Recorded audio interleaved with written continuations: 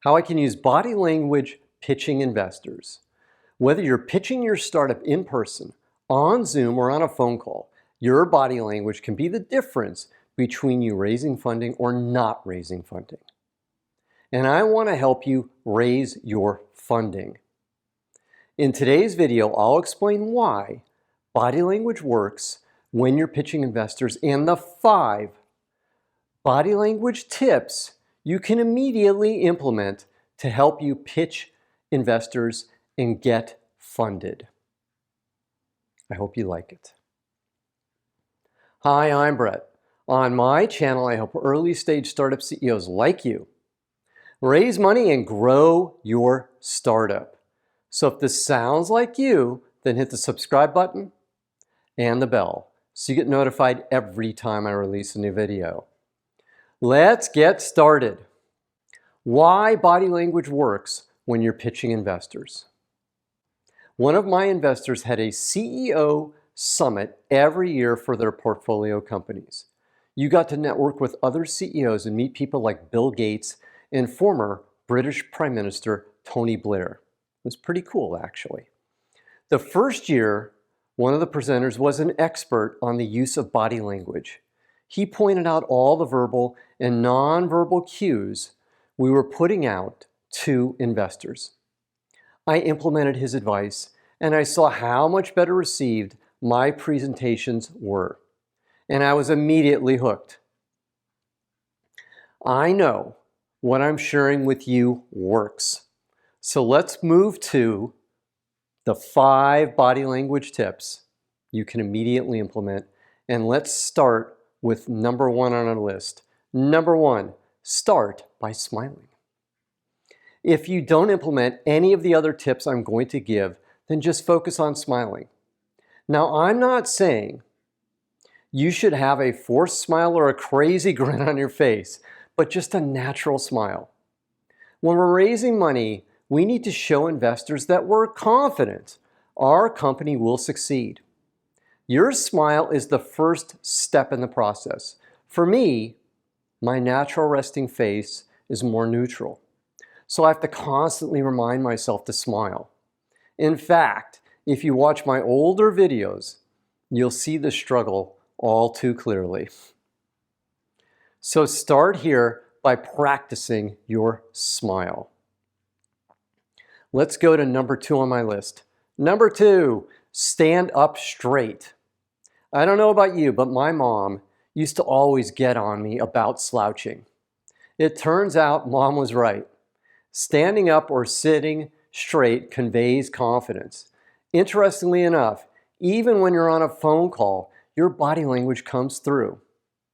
Let me give you a negative example of this. At the summit, there was a Q&A with British Prime Minister Tony Blair, and Blair was asked about his biggest failure.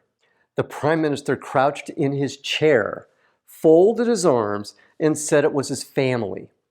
The next day, during the presentation about body language, the presenter pointed out Blair's body language to make his point.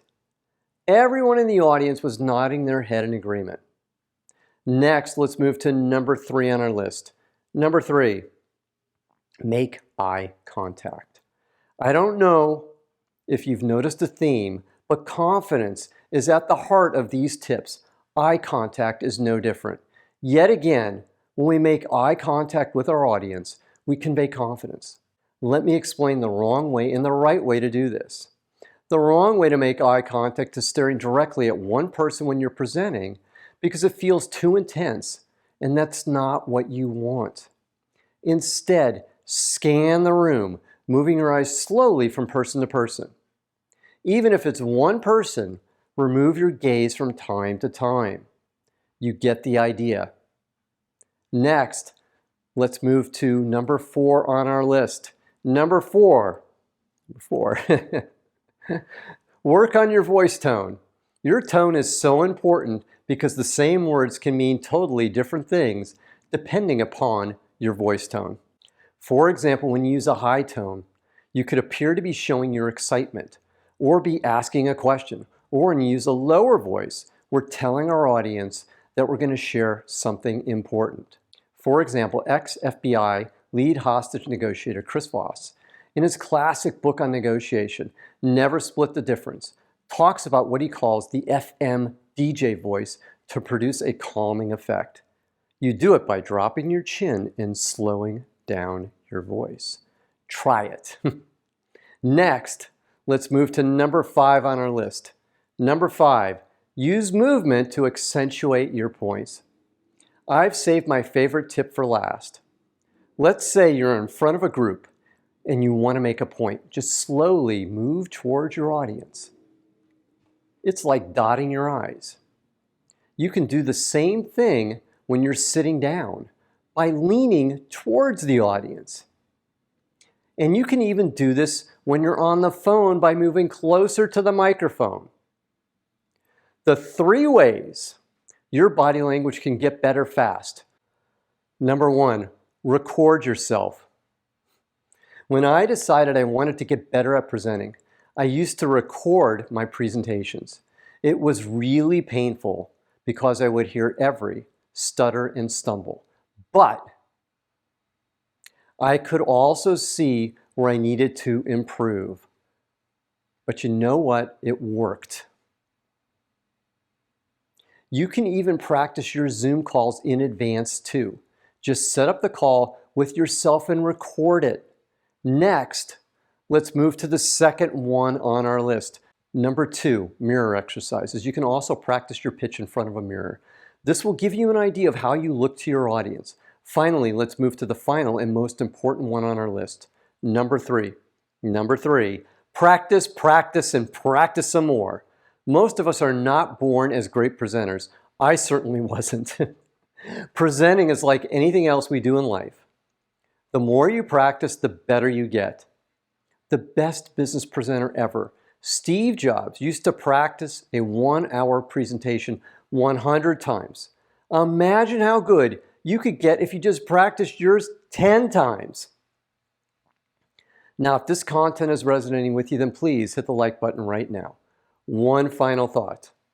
Just be yourself. As you can see, there's a lot you can do to improve as a presenter. Above all, just start by being the best, most excited, most positive version of yourself you can be. Then start adding these tips one by one to your presentation.